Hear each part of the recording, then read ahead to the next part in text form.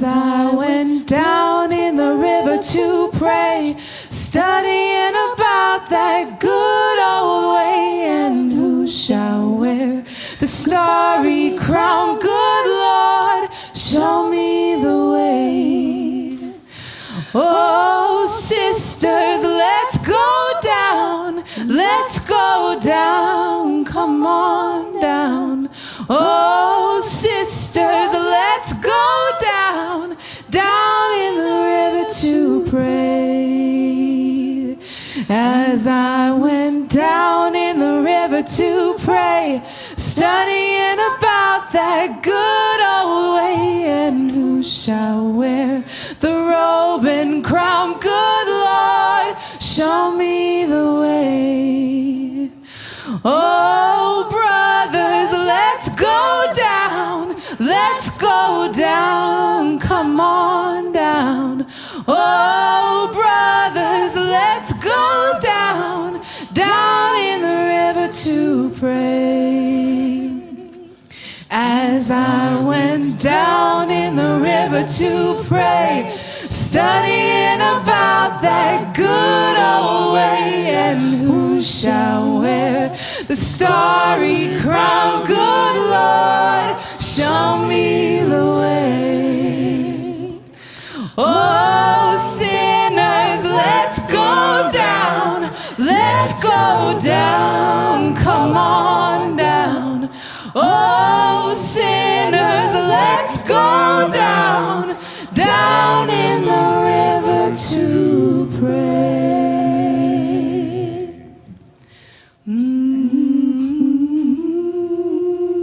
Going up the Truckee River was like traveling back to rivers ancient as the world, older than the flow of human blood in human veins.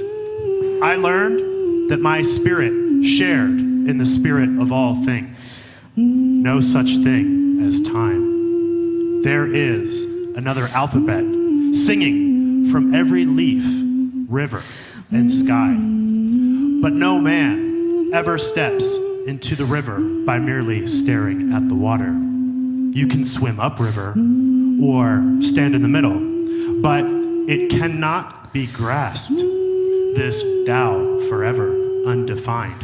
The worst poetry of our past is water under a bridge. But I wrote, and I finally sometimes got it right. A rock that fit my palm perfectly as I got out of the water of my greatest love affair, the Truckee River, coursing from the source and at the mouth, a legacy of beauty and life for future generations. There is nothing wrong with steering when in the river, no forcing or holding back. We must begin thinking like the river. No matter how full, it still wants to grow. The way it is with children, a soft river way to freedom, not a fire, afraid of the awful presence. May what I do flow from me at the waterfall, at the ferry, prove the accused not guilty and escape unhurt by the light of the Jupiter-Venus moon. It contained many things, the river flowing at the current, in the ocean and in the mountains and back home to the sea, floating on down, whispering a secret. Only the present exists. Inviting me to jump in, swim, and obey. For denial ain't just shadows of the past or future, but the accused put to death. It is certainly good to know where the rocks are, and my soul has grown deep like the river of many wells. I baptize myself in the river of words and dreams, and I am not the same man, not the same river.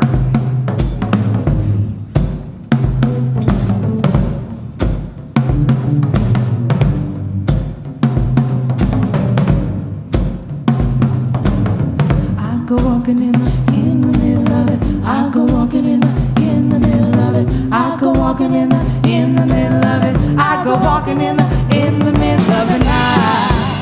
I go walking in my sleep from the mountains of faith to the river so deep. I must be looking for something,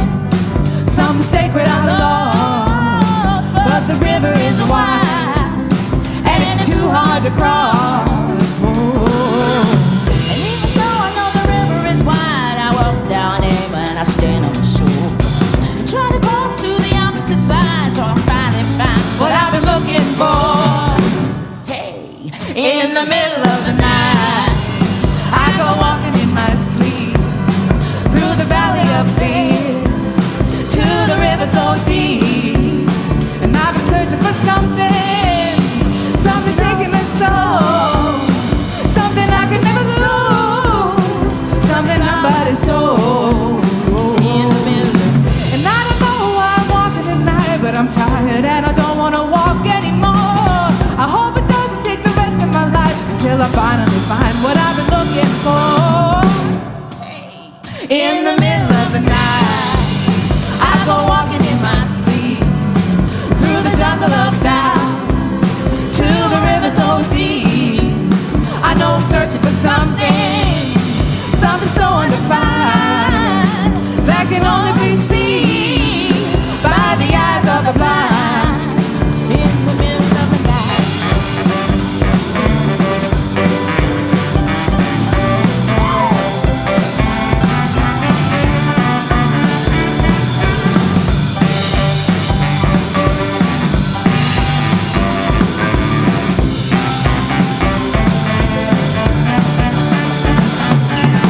I'm not sure about a life after this. God knows I've never been a spiritual man. Baptized by the fire, wading to the river that runs to the promised land. In the middle of the night, I go walking in my sleep through the desert of truth to the river so deep. Hey, we all stand to the ocean, we all start in the stream, we all carried along by the river of dreams. Oh, in the middle of the, I go walking in the middle of it. I go walking in the middle of it. I go walking in the middle of it. I go walking in the middle of it. I go walking in the middle of it. I go walking in the middle of it. I go walking in the middle of it. I go walking in the middle of the night. I go walking in my sleep to the mountains of faith, to the river so deep. In the middle of the night, in the middle of the night, in the middle of the night, oh, in the middle of the night. I go walking in the middle of the night.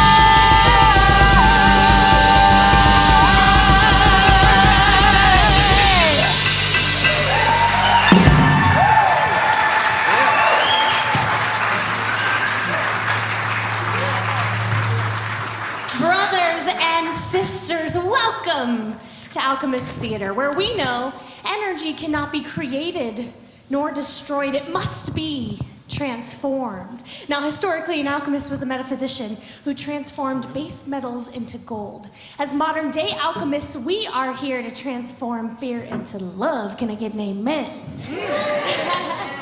Now, at Alchemist Theatre, we don't care what religious background or spirituality you come from, whether you call God a he, a she, or an it, or whether you're not really into that whole religious thing and you're just here to find a better version of yourself.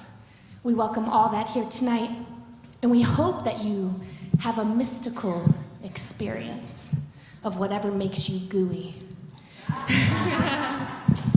Tonight's theme is the river.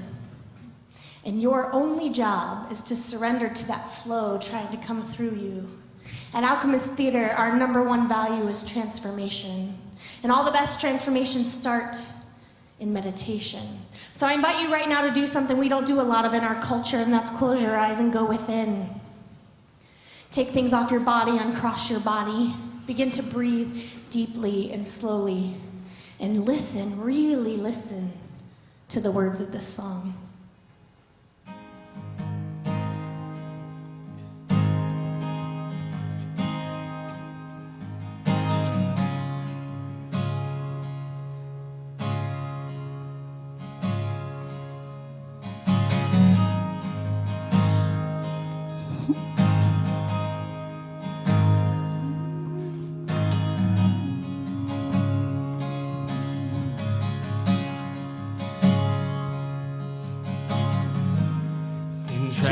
is why I run so long. My heart's been far from you, 10,000 miles gone. Oh, I wanna come here and give you every part of me, but there's blood on my hands and my lips are unclean. In my darkness I remember Mama's words reoccur to me. Surrender to the good Lord, and He'll wipe your stain clean.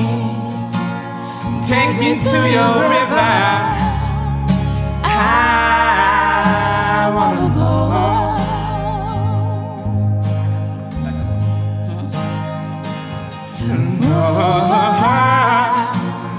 Take me to your river, I wanna go.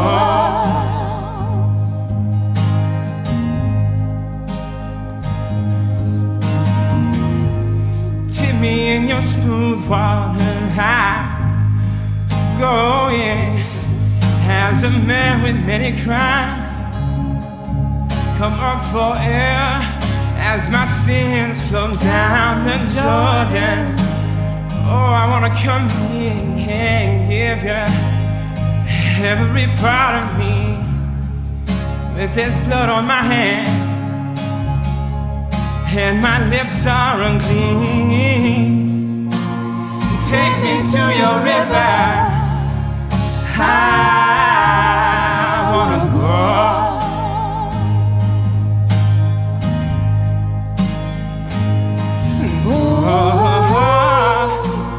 Take me to your river, I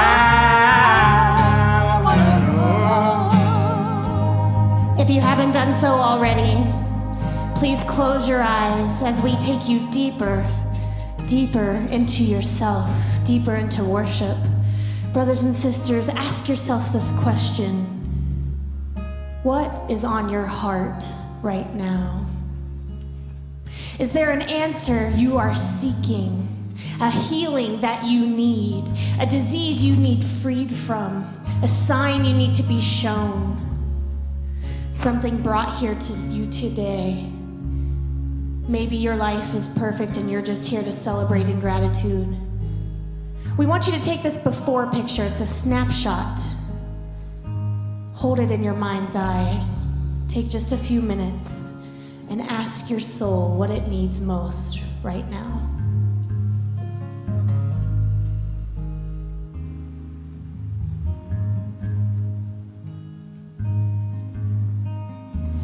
I want you to take that question, that snapshot.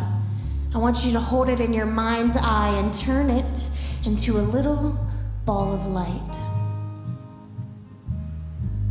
And now move that ball of light down into the center of your heart, the furnace of the alchemist, and allow these words to bless this picture. Father, Mother, God, we know there is only one force in this universe, and this force is good, and this force is a river that flows always in the direction of the highest good for me and for everyone. And as I align with these truths, all other illusion drops away. I know that because there is only one river, one God, and because I exist in this now moment, I know that I am one with this river. Like a drop in the water, like a wave returning to its source, we are one with this infinite, infinite source. And from this place of infinity, there is no separation, there is no disease. All of the answers that you seek are shown to you through a gut feeling, through a sign, through a friend, through something that you hear. All pain melts away because you deserve to live a life in freedom and liberation. You receive the highest amount of health, wealth, love, and self-expression in your life because you are a child of God and you inherit that right. simply because you exist right now. And from this place of knowing, we affirm these truths. We say thank you, Father, Mother, God, for creating these laws and making us your servants to know them in this lifetime. Thank you for bringing us to this room right now, and meeting us. The holy matrix, the mirror that delivers back to us that which we put out there. We release all disillusionment and we stand in our truth in the center of the river. And we flow only in love, only in gratitude. And we take this prayer to the top of the Truckee River and we let it go, for there is no need to hold anything that is already ours. And so it is. Amen.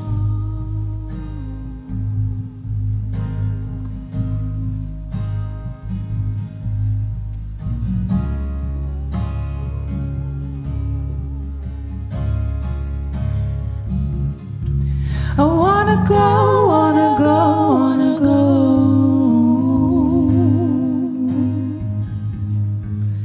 Wanna know, wanna know, wanna know.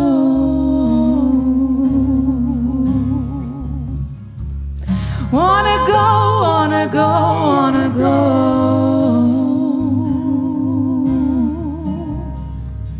Wanna know, wanna know, wanna know.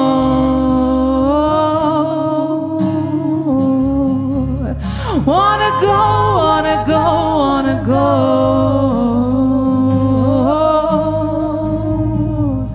Wanna know, wanna know, wanna know. Lord, take me to your river. I wanna go. And Lord, please let me go. Take me to your river. I wanna go.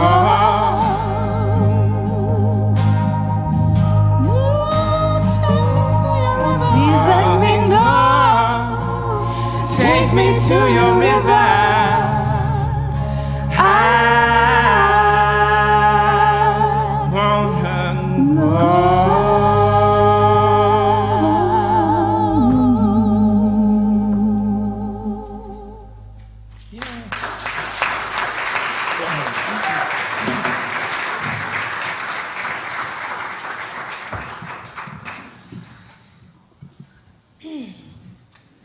Good evening.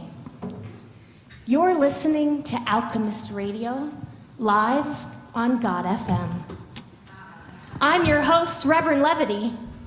Our show today features a story about rivers. The river is a great friend and a great teacher, and it's food for the soul. It's also a story about life. I've had some of the happiest experiences of my life on rivers, and I've also had some of my most difficult experiences on rivers as well. And a story about death. Death is the most natural thing in the entire world. We're all born, and we're all gonna die. When it's your time, it's your time. Ladies and gentlemen, welcome to the river. Well, I walk upon this river like it's easier than land. Love is in my pocket and your hand is in my hand. This is Cyrus. And I throw it in that current that I stand upon so still. Love is all from what I've heard, and my heart's learned as well. Hey, mine has learned as well. I met him on OkCupid last year. True story. His username was River Otter. He is a boy whose first love is rivers. I feel most free when I am on the river. Are you a river expert? I don't know, I just like rivers. I asked Cyrus to tell me everything he knows about rivers, to which he replied, If I would say that there's one principle of going down a river, it's that you don't fight it, you work with the river. You allow the river to take you where you need to go. Cyrus has navigated rivers, hundreds of them, all over the world.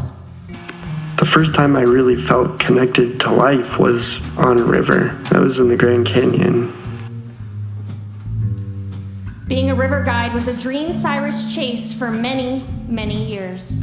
Ever since that first time I went down the Grand Canyon, I always just wanted to be a canyon guide. And for him, the Grand Canyon was the most magical river on Earth.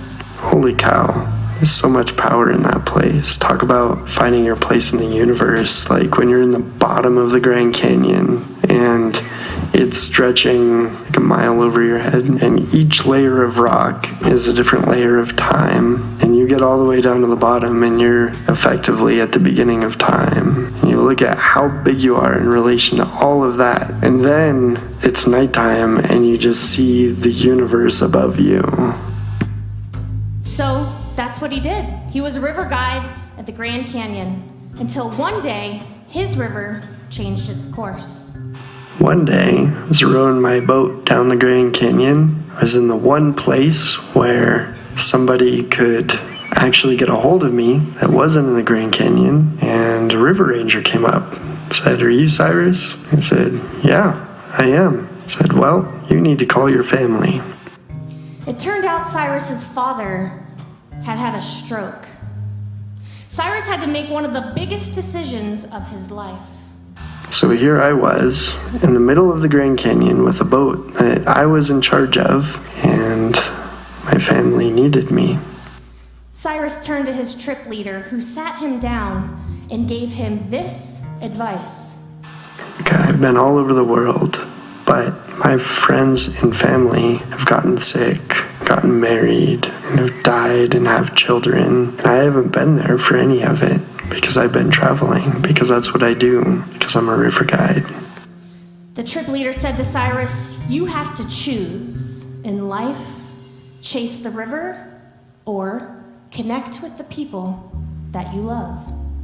And as much as I loved the Grand Canyon, as much as I love rivers, I hiked out of the Grand Canyon. I went to go be with my family. And so the rest of Cyrus's life changed forever. I did care about the people that were close to me, and that if I ever had to make a decision between a river and being present with those whom I care about, I would choose people over the river. And still the magnetic pull of our heart's greatest desire will always remain strong no matter who you are. That being said, I always go back to the river. Some dreams, however, come with a greater cost than others. I don't play with death, I play with the river. On more than one occasion, Cyrus's love affair with rivers almost ended his life. The river is always going to do what it does. And if you want to play with the river, then you have to understand that. Have you ever loved something so much it almost killed you? So this one time, I found myself between two rocks, holding myself up. I had already thrown my paddle as a reaction when I felt myself being sucked under the rocks by the river. I threw my paddle so I could hold myself up. But that put me in quite a situation because I was by myself in the middle of a river between two rocks, with the river trying to pull me under those rocks. In a moment of desperation, Cyrus decided to pull his spray skirt and attempt to climb out of his boat. What he didn't expect to happen was that the moment he pulled the cord, the boat tipped over and the rocks instantly pulled him under. When you get pulled under rocks, you don't come back up. And so in my mind, in that case, I didn't necessarily think I was going to come back up. As he faced his own death, Cyrus's heart oriented itself to the thing it loved the most. The one thing that I thought about when I was under those rocks in the river was the fact that I just wanted to be with my friends eating ice cream. And I was kind of sad that I might not be able to do that again. By some miracle, the rocks were just big enough that the river pushed him through, and without his boat, he navigated the following rapid and reached the bottom with just a few bumps and bruises. And though the smarter decision would have been to get back in his boat and finish navigating the river, he made a different choice.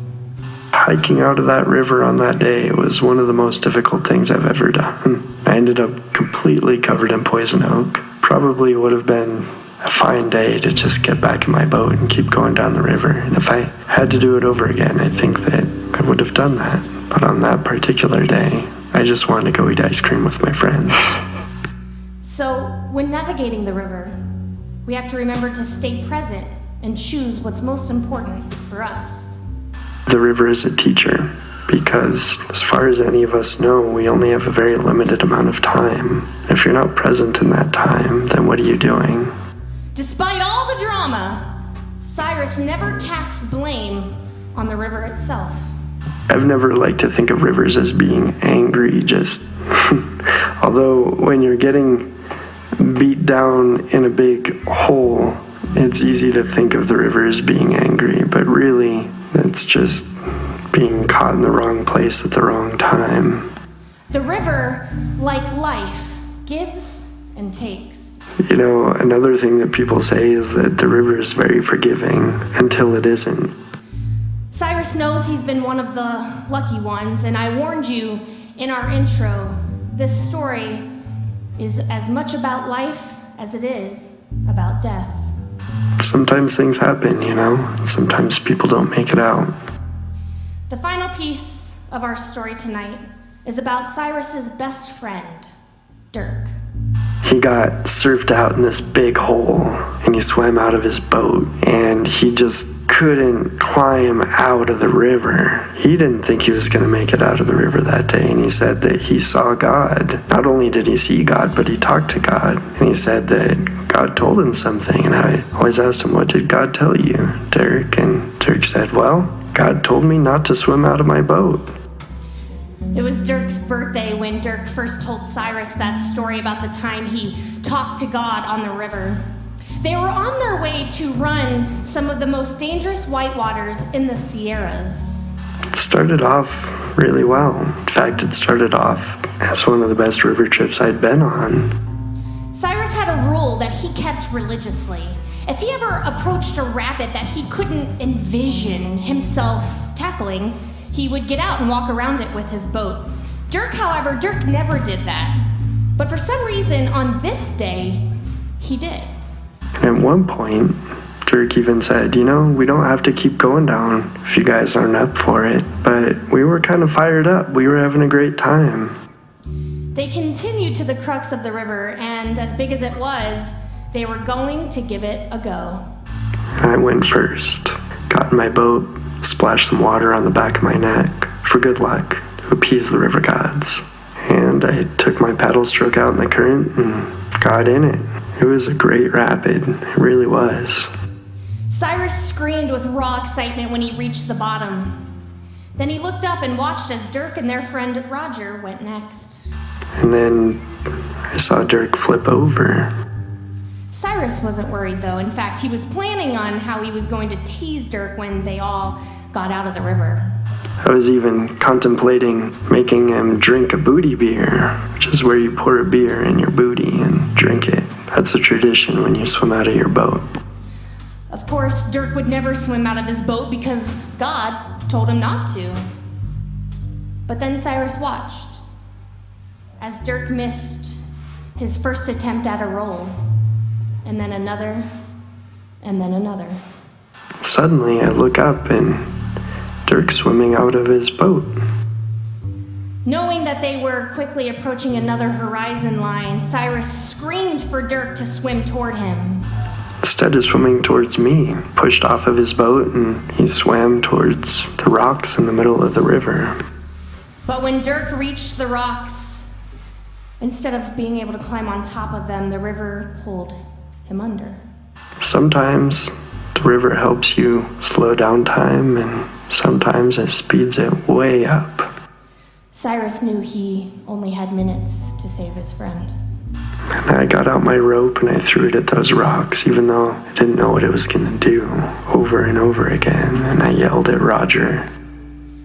Roger paddled toward the rocks to see if he could see anything. They did this for what felt like a very, very long time. And right when I was going to get in my boat to paddle to the other side of the river, I looked down and I saw Dirk floating down the river. Cyrus attempted to get back in his boat and chase his friend, But Roger stopped him and said he didn't want to lose 2 friends that day. It was time to surrender to the river, he said. It's funny, I don't know which tribe it is. I think it's the Maidu that are native to that area. They believe that the coyote is the spirit animal of that canyon, the trickster. I'll always think about that. So God told Dirk not to swim out of his boat, but Dirk swam out of his boat. So when it's your time, it's your time. Sometimes the river gives and sometimes the river takes. But you can't fight the river. You can't fight the river. I'm so grateful to Cyrus for sharing this story with me so that I could share it all with you today. It's true alchemy when we turn our life, the sad parts and the good parts, into art. And remember, stay in your boat. Ladies and gentlemen, this is The River. You're listening to Alchemist Radio on God FM.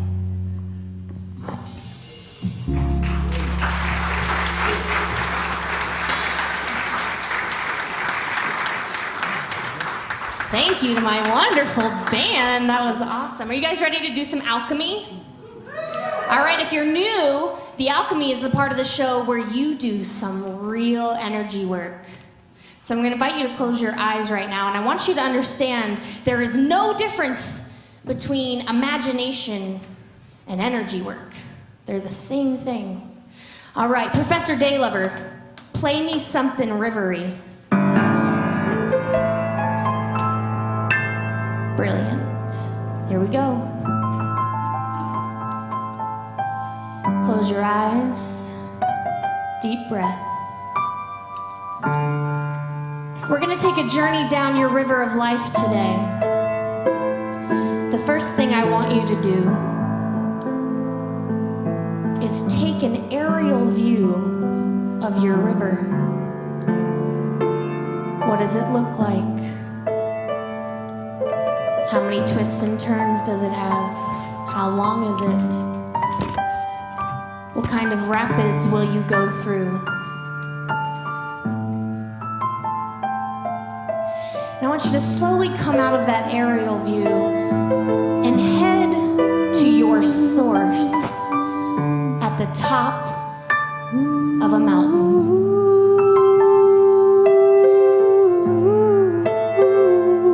Your source of your life river is the top of a mountain.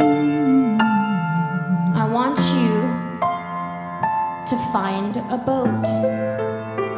Take note of what it looks like, what color it is, what size it is. Is it old or is it new? Has it been around for lifetimes? Or is this that boat's first trip down the river? Just observe.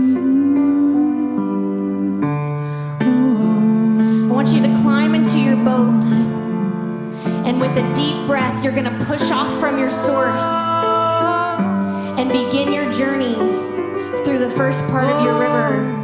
This part of the river is actually called the Young River. It's narrow and fast moving. As you go through the obstacles, you notice everything you learned in your childhood. You notice the things that drew you into eddies, the dangerous parts of the river. And you integrate those lessons so that maybe in further parts of the river, you don't end up in those same eddies. And as you pass by these eddies, you forgive them and you love them. And that's how you navigate. Going back to your aerial view of this river, you notice that there's a golden line. This golden line is God's path for you. And though nothing can really take you off the river, there is a sweet spot that you could follow that God has for you. And you set the intention to stay on that golden line and come back into your boat as we head into the mature part of the river. It's wider here and deeper. On the surface, it may look calm, but underneath, boy, is it flowing. And as you approach your first rapid, you put on your life vest and your helmet. You set the intention to stay in your boat, and you surrender all control to the river, knowing that there is no need to hang on to a rock, no need to hang on to the bank. All you have to do is keep your boat oriented downstream and let go. Oh, let go.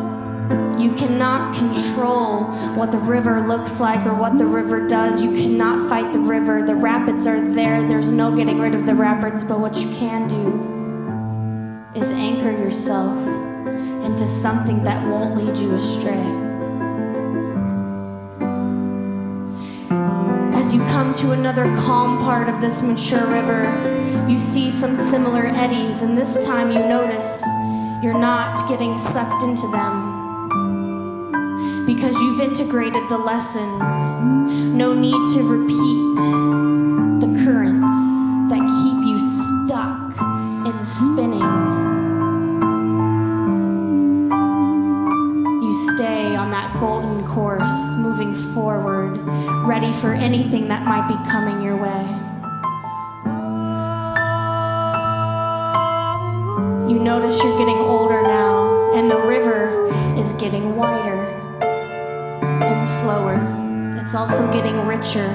The most dense nutrient exists in the bank of this part of the river. You look behind you while keeping your boat pointed forward, giving gratitude to the life, the flow that led you to this moment. All of the lessons that you've learned, the bumps and the bruises, and your strength and a higher power bigger than you that kept you in your boat. And as you approach the mouth of the river, you exit, no longer navigating a river. You are now just in the ocean. All rivers lead to an ocean. Still connected to the source from which you came, for that source flowed to this mouth. But you have gone on a journey, and you have learned to stay in your boat.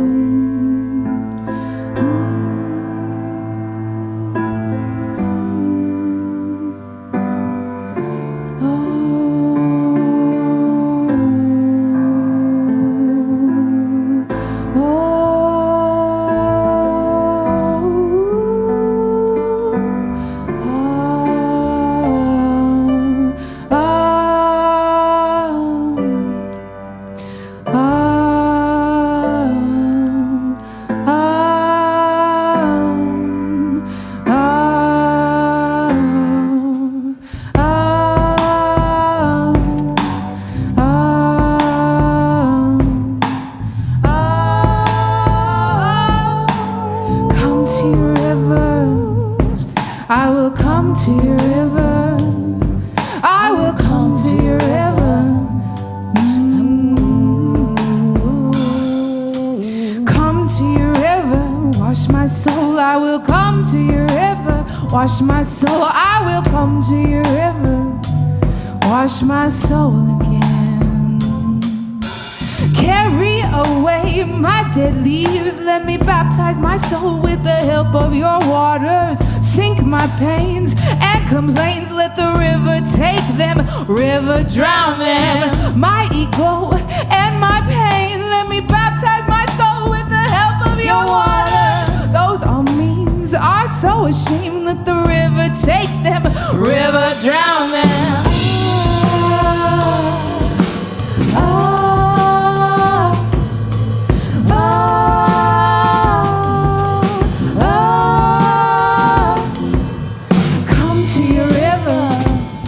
I will come to your river. I will come to your river. Come to your river, wash my soul. I will come to your river, wash my soul. I will come to your river, wash my soul. Wash my soul again, my soul again. Carry away my dead leaves. Let me baptize my soul with the help of your water. Seek my pains and complaints.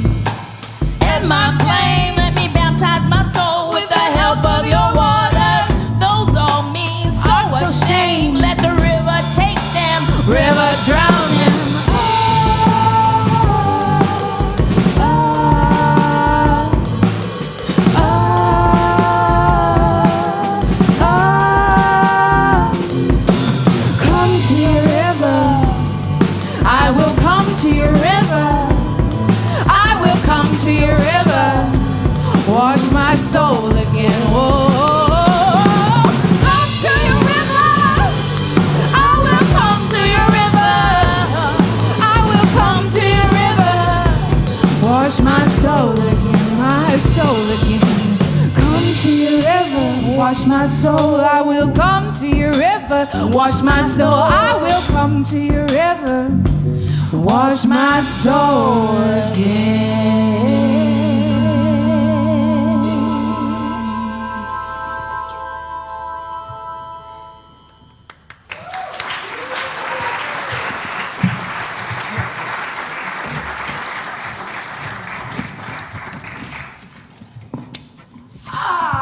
Psych. Hello. I know. Let me tell you, it was so hard to remain silent for 30 minutes. Especially since all I wanted to do with the oar was pound it into the ground and go, "You shall pass." P.S. This is my other talking stick, but I had a conversation with it backstage, and I'm not meant to use this talking stick tonight. I get self-conscious because I feel like I'm cheating on my first talking stick. But it's really pretty, so I had to bring it out. So I brought 3 talking sticks. So let me tell you, I've got a lot to say tonight. Okay, honey, we're just gonna put you right there. Oh, baby. Yes. Okay. Hi. Hello. Do you like my outfit? So it arrived just in time for Pride. I'm gonna bring new meaning to the name Friar Tuck.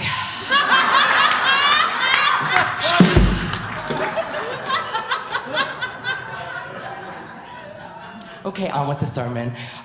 So growing up, my favorite game in the entire world was Oregon Trail. I loved being an intrepid journeyer who crossed the West, dealing with all of the tribulations that followed: snake bites, dysentery, and of course, crossing the river. Now, for those of you who remember, when you arrived at the river, you had a choice. You could cross the river at this point, or you could waste time and energy and go down and try to find a shallower area to cross. I never went for option B. Whenever my mouse hovered over the text box demanding me to make a decision, I immediately went with A. Cross now. And I drowned. A lot.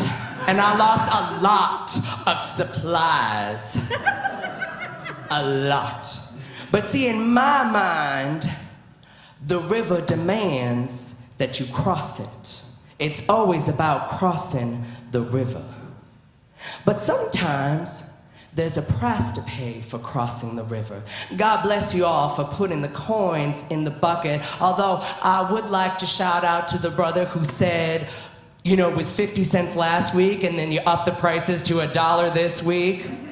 I know inflation sucks, doesn't it? I would also like to thank the person who commented on my hands saying that they were lovely and soft. Just made my day. But sometimes there's a price to pay when we cross the river. And the question that it begs is, are you willing to pay the price?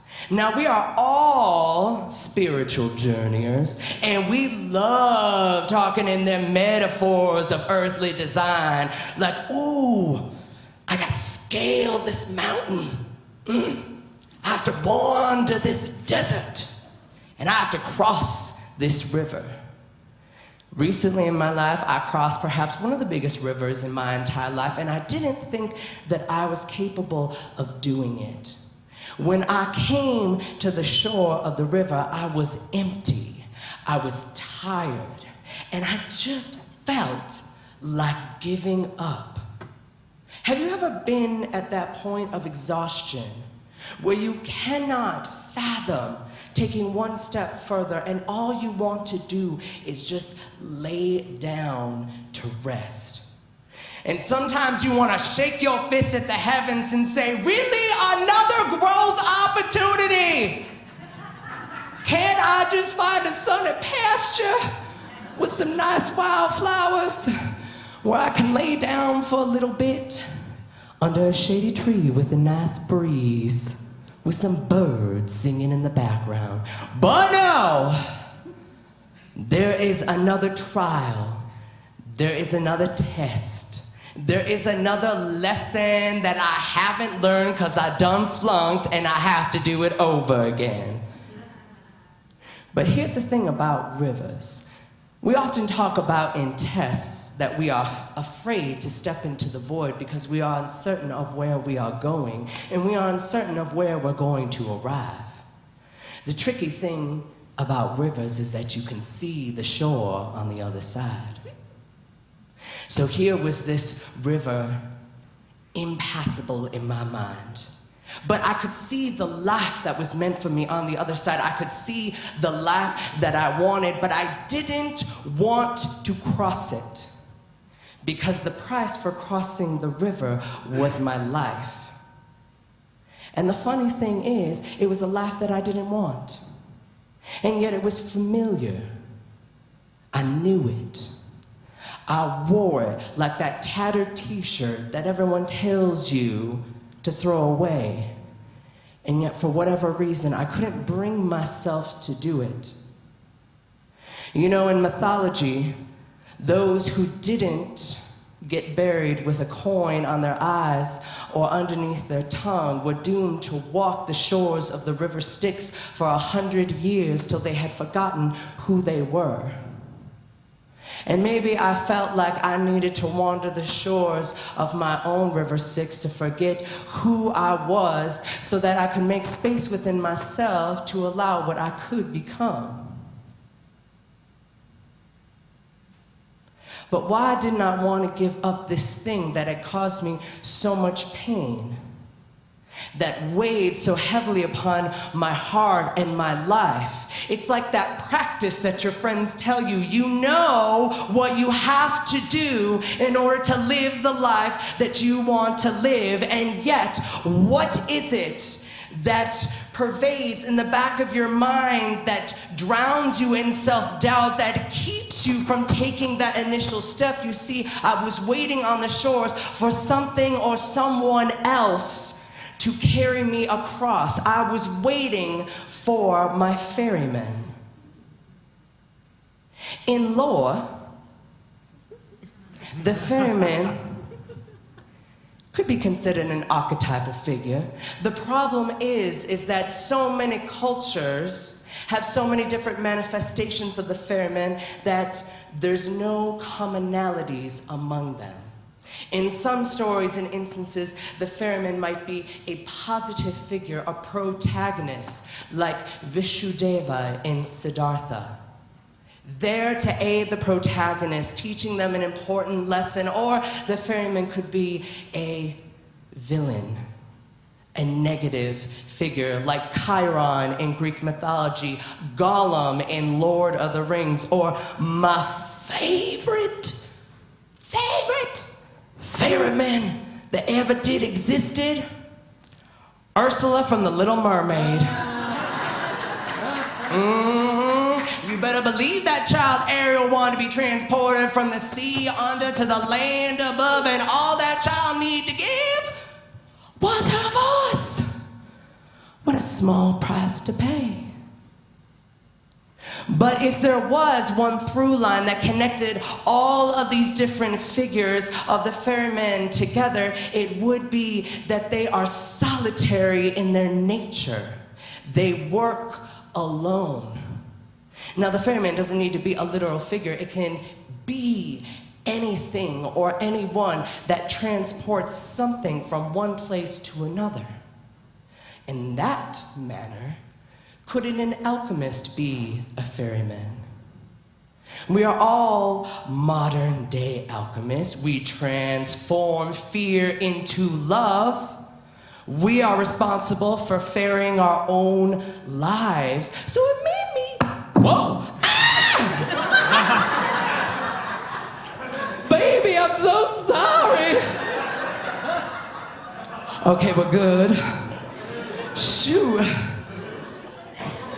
I need to stop gesticulating too much. Need to have like one of those things that attach to my side, so if I drop it, it's still good. Welcome to live theater, everyone. So it made me think, do alchemists work alone? Are we solitary in our nature? Are we hauled up in our laboratories with our experiments on self? Now, I don't mind being alone.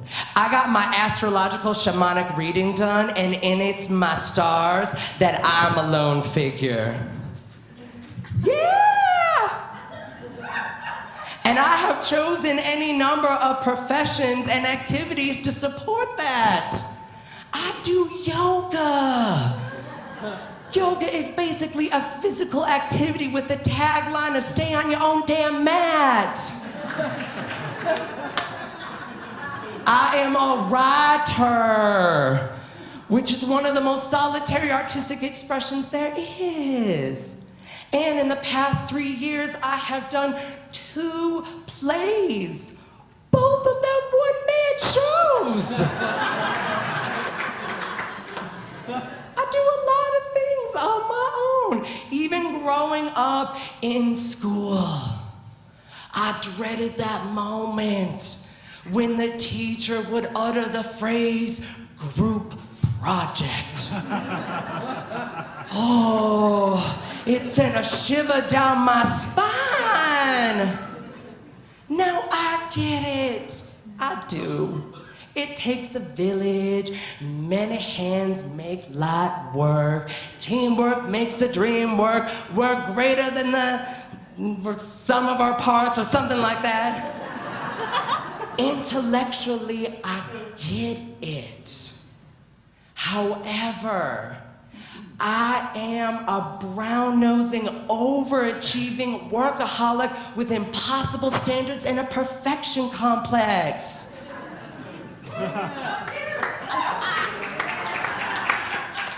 Group projects were hell. In the end, I always wanted to lovingly yet decisively eject my team from the ship. I did.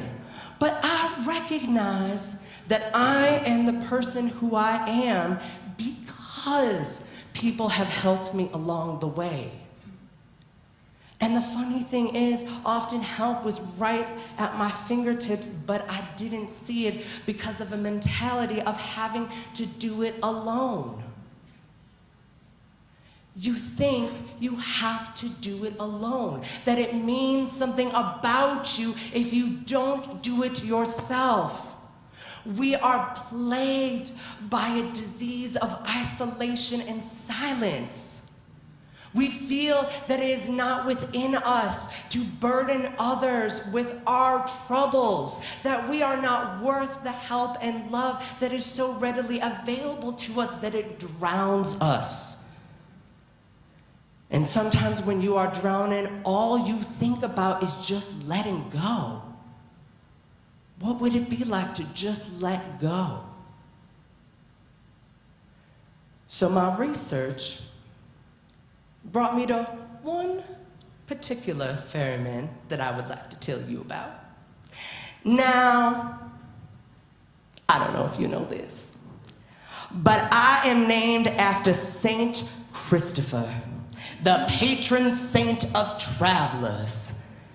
Thank you, Mom and Dad. That is so cool.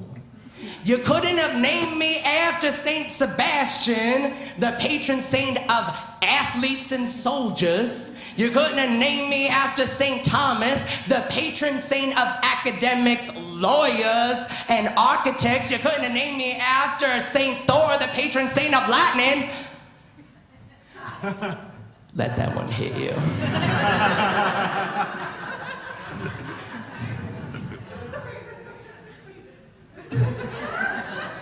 No, Saint Christopher.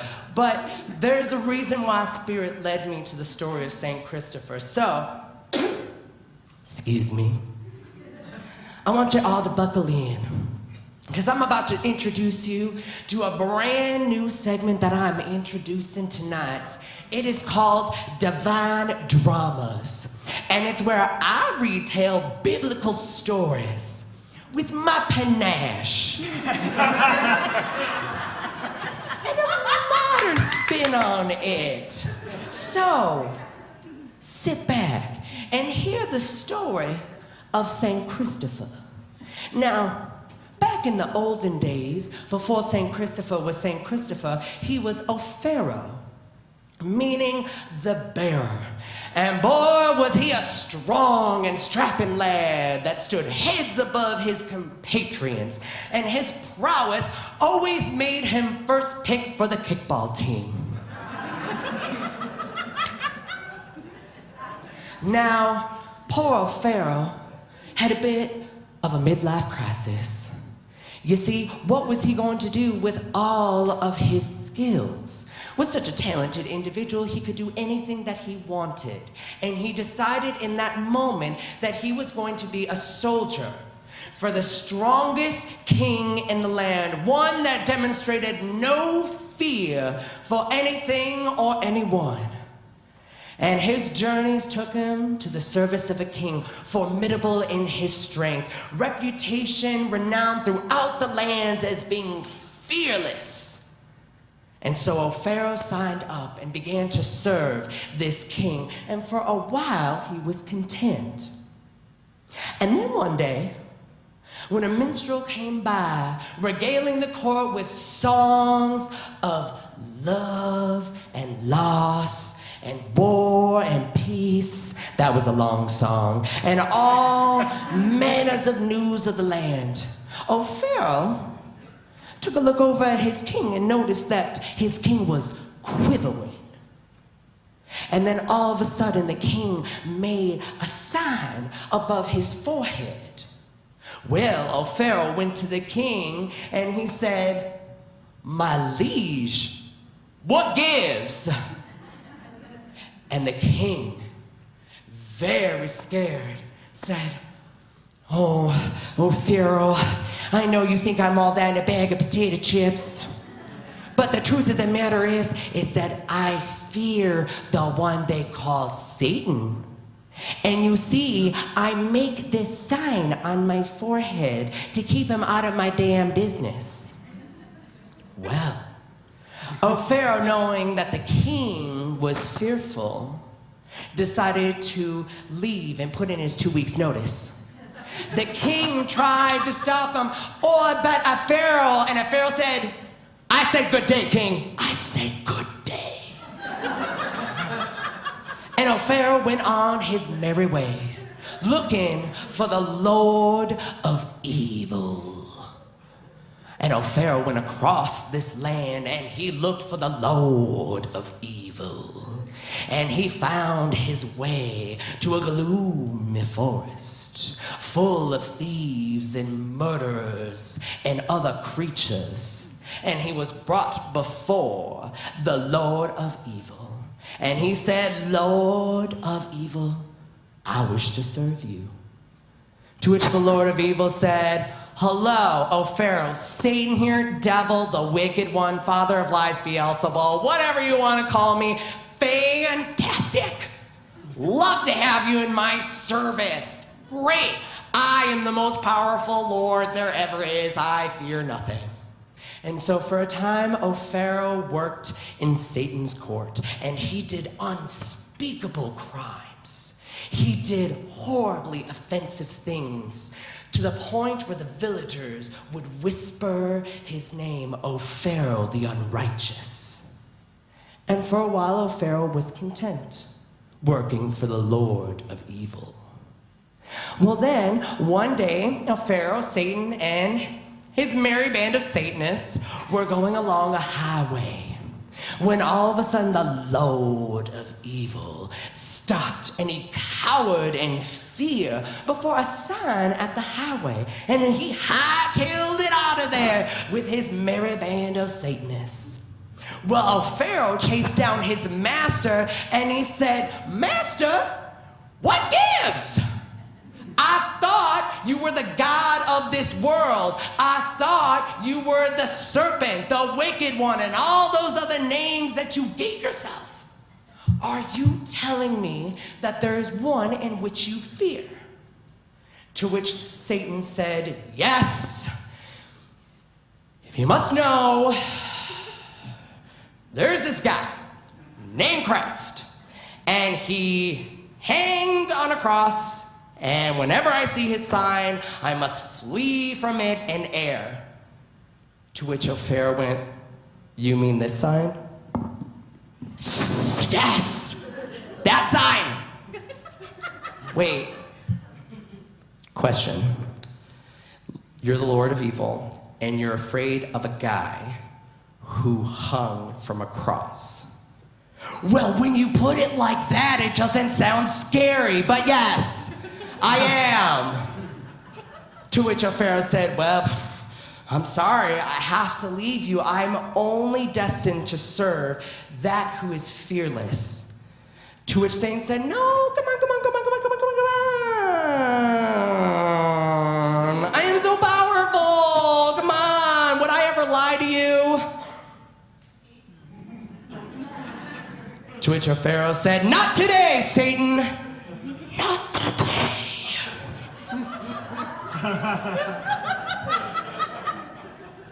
So O'Farrell left the Lord of Evil in searching for this guy everybody kept calling Christ. Well, now O'Farrell was no longer a soldier, but a pilgrim, seeking the king he was meant and destined to serve. Well, his travels brought him to a desert. There's that desert image again. Wandering the desert, he found that birds did not sing, flowers did not bloom, and the only thing that he found was a river and a hut. Gleaming on the other side of the shores of the river, O'Farrell saw a brilliant, gleaming kingdom, and he was filled with this beautiful, loving light, and he knew that's where his king was, and that is where he wanted to go. But he was so tired that he fell at the feet of a hermit. So while O'Farrell was convalescing on vacay, the hermit regaled O'Farrell with stories of Christ. And so filled with love and passion, it inspired O'Farrell. He knew he was meant to serve this king. So when O'Farrell had gained back his strength, he raised his sword up in the air and said, all right, hermit, I am ready to serve this guy named Christ. To which the hermit said, whoa. Put that sword away before you put somebody's eye out with it. No, you see, this guy Christ has no use for such weaponry. Okay, O'Farrell said. So how then do I serve this king? To which the hermit replied, well, the best way to serve our Lord is by fasting and praying.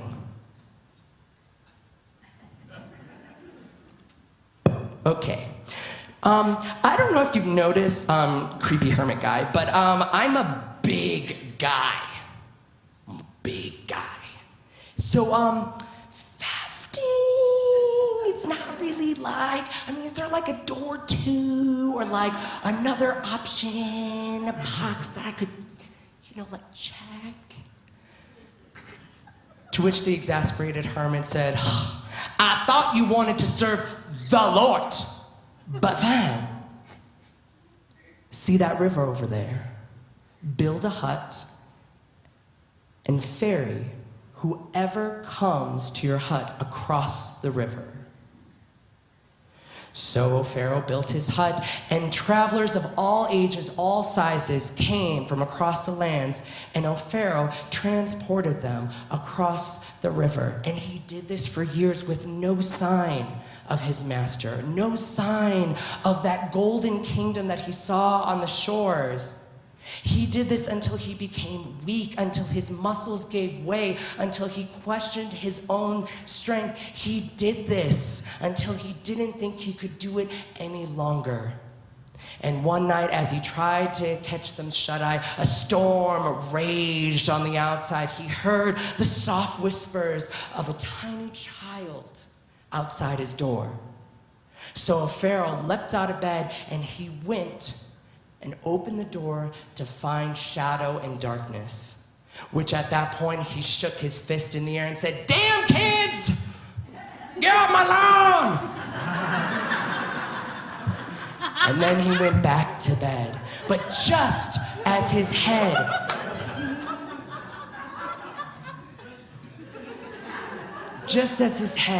hit the pillow, there was that call again. Small child crying in the night. And Pharaoh leapt from his bed and he opened the door to once again find nothing. Fool me once, shame on you. Fool me twice, shame on me. And he went back to bed. And a third time, he heard the cries of a child whispering, "O Pharaoh, O Pharaoh, O Pharaoh, O Pharaoh, O Pharaoh." And Pharaoh leapt out of his bed. He opened the door and to find a small child clad in white, whose eyes glistened with the entirety of the cosmos, whose voice rang through the clamor of the stormy night. And this child asked Pharaoh to ferry him across the river. And Pharaoh, without missing a beat, said, "Now?" But it's like, and I'm like, so he grabbed his staff and he placed the child upon his shoulders and he began to ferry across the river. And he noticed that with each step that he took, the child on his shoulders became heavier and heavier and heavier and heavier. And as he was about midway through the river, the water lapsing at his lips, he did not have the strength to get to the other side of the shore. And he feared for his life and the life of the child upon his shoulders. And he didn't know what to do. And so in that moment, he said, "O king, I stand not for myself. I am weary and tired. Give me the strength to cross this river." And so suddenly, with renewed strength and vigor, Pharaoh made it across the river to the shore.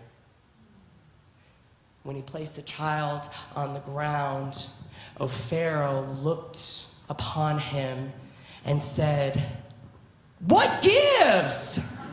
We almost died out there. Dude, and you're heavy. Like you're heavy. It felt like the weight of the world was upon my shoulders." And as he was admonishing this child, he had this oh crap moment in his head because he realized he was berating his king. He saw that look in the child's eyes and knelt down in marvel and wonder. To which the child said, "Marvel thee nothing. You have carried the weight of the world upon your shoulders, but you've also carried the weight of the one who made the world upon your shoulders. And from this day forward, you will no longer be known as Pharaoh the bearer. You will be known as Christopher, the Christ bearer." Now, because St. Christopher is a saint, his life has to come to a tragic end. And if you, as all saints do, and if you read his story, he gets in prison, this king tries to entice him with women, good luck.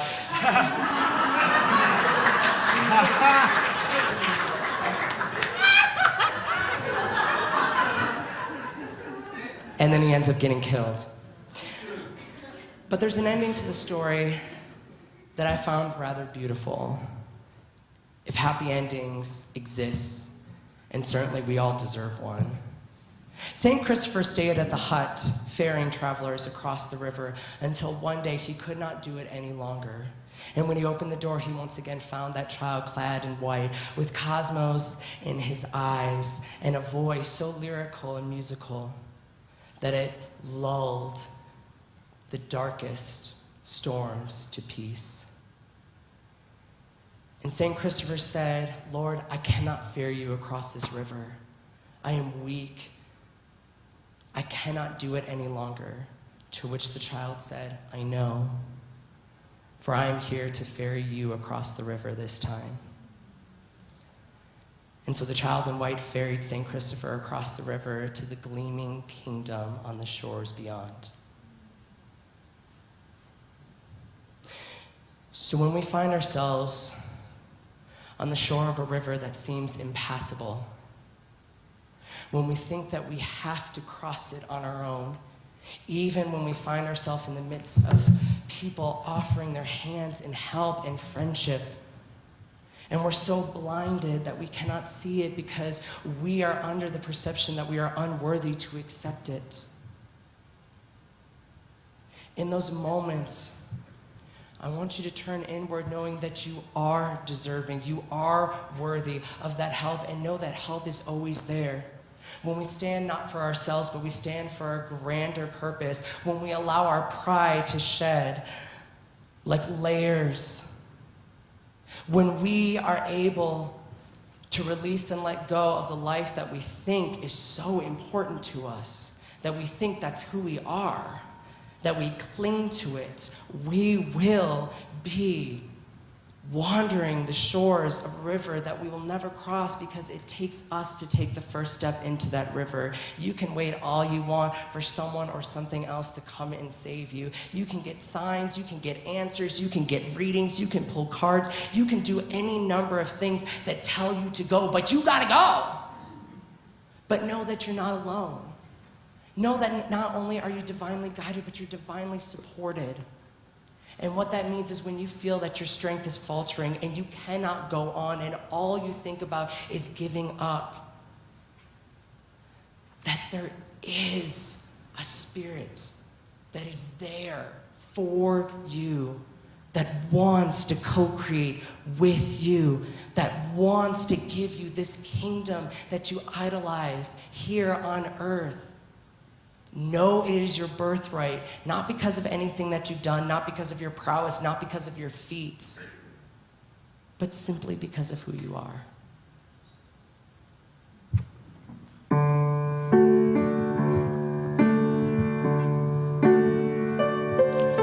You know,